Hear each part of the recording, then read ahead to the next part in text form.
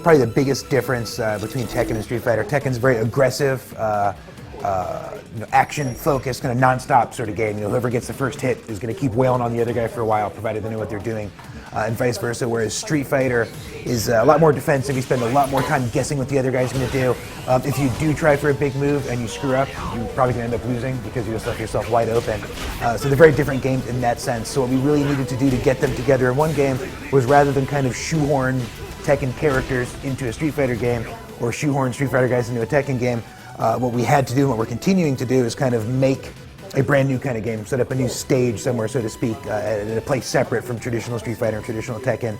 Basically Street Fighter has always had kind of a balance of characters that throw projectiles and characters that do not throw projectiles. They've always managed to play well together, so to speak, so we've managed to balance that.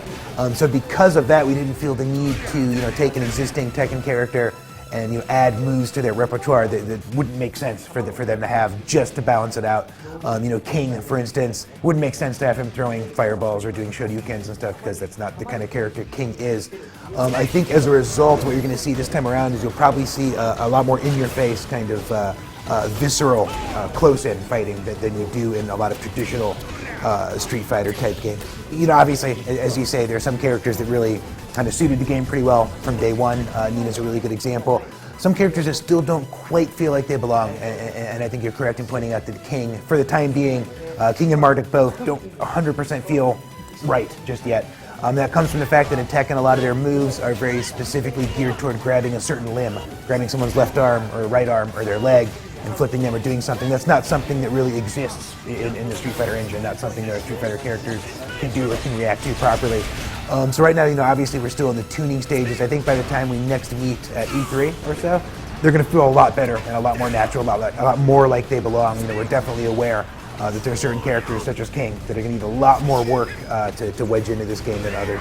So I think if you look at Tekken and if you look at Street Fighter, traditionally there are certain elements of the gameplay that's always been kind of at the core or the most kind of fun part of the fighting engine. With Tekken, it's all about combos. It's about pulling off really flashy combos, the fun feeling that you get from executing it properly and watching your character beat the crap out of another one, in a series of moves.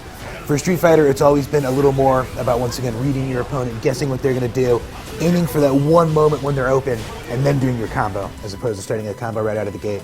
So what we found is we wanted to kind of preserve the essence of both of these games. We wanted the fun of waiting for the right time to start a combo, and we wanted the fun that comes with executing a really long combo chain. And I think what we came up with is, what you referred to earlier with the idea of kind of juggling a lot, so that way you get the best of both worlds. You get the idea of waiting for the right moment to shine from the Street Fighter side of things, and you get the the coolness factor of executing a really long combo and that satisfaction from the Tekken side. So Street Fighter Cross Tekken was announced at last year's Comic-Con. We have not shown you a lot since then. We're happy to say that it Captivate this year. We've got a new trailer to show you. Really excited about this. The countdown has begun. Look forward to hearing more and more about this game as we get through all the big events this year and get closer to release.